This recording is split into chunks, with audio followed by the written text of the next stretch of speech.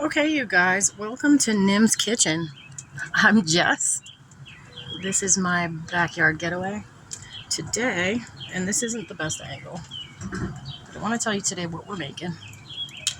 Making some grilled chicken drums, which are a lot easier to make on these little grills because chicken has a lot of fat and it tends to create a lot of flame, which it's already flaming because I have oil on this chicken. But that's okay. That'll burn off.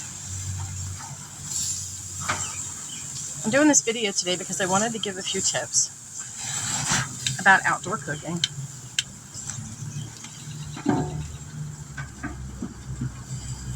I got the chicken on there. We're making some grilled veggies to go with the chicken.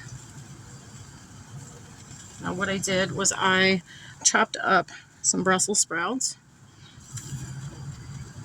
mushrooms, onions, green peppers, broccoli, and I have some seasoning on here. I am obsessed with oregano and basil, and then I'm going to put some olive oil on this to help it cook, and some balsamic vinegar for flavor, a little bit of salt and pepper, and some lemon juice. But what I want to show you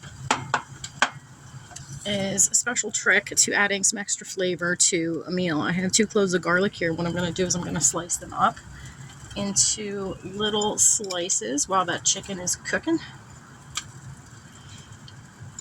And I'm going to show you what I'm doing here. I don't know if I can get a very good angle of where I'm at.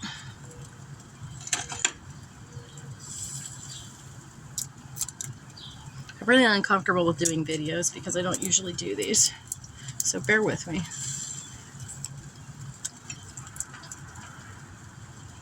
Okay, so what I'm doing is I'm slicing it lengthwise from the side to make slices of garlic. And I know a lot of people like to chunk their garlic or put it through a strainer, squeeze it out. But when you want some extra bites of beautiful garlic, it's really not hard to slice your pieces into things like this. So that's also going to go in the vegetables because that gives it an extra flavor. And I'm obsessed with garlic. I don't know about any of you guys.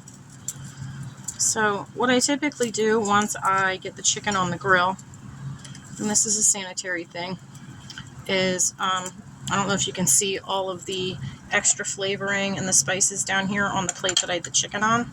I coated them in salt and pepper. Salt first because you want that right on the skin, then pepper. Then I did onion powder and garlic powder. And then I cover the chicken with olive oil, and that helps brown the skin.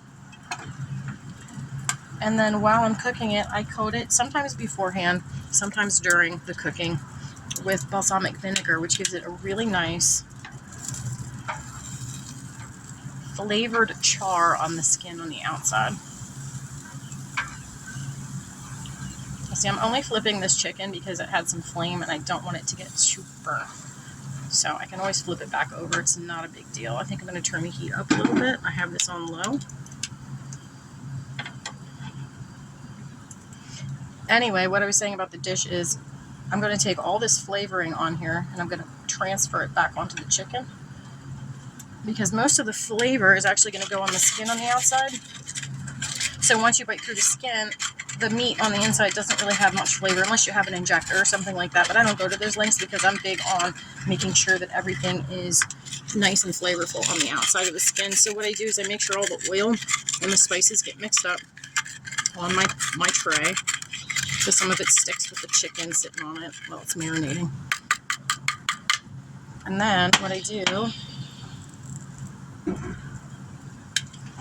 is I make sure to put the extra oils on the chicken, because you don't want to put too much at a time. You don't want to catch the grill on fire. It's probably going to catch on fire. But it reserves all that extra flavor that might come off onto the grill, because once it sticks to the grill, a lot of that flavor actually adheres to the grill bars, and then you lose a lot of flavor on your chicken. So you don't want to throw away this flavor because, you want it on the chicken. And this will also help get the skin nice and crispy. I don't know about you, but when I grill my food, I don't want any chewy fat. I want nice and crispy skin, especially on my chicken. That's beautiful. See the oil catching on fire? It's no big deal. That oil will actually burn off. You can blow on it to get some of the flames to go out. Do not, whatever you do, pour water on it. Unless you have a little tiny spray bottle. Sometimes that works, but you could also put the cover on it to smother some of the flames out. If you see beef or anything that's really on fire, if you smother it, a lot of times that'll help. But this didn't, so what I'm going to do is turn it off. Wait for the flames to go out. And then I'm going to relight it because we don't want to catch anything on fire. So while that's going out for a minute, I'm going to take this plate now that the flavoring's all off of it. I'm going to go rinse it off and I'll be right back.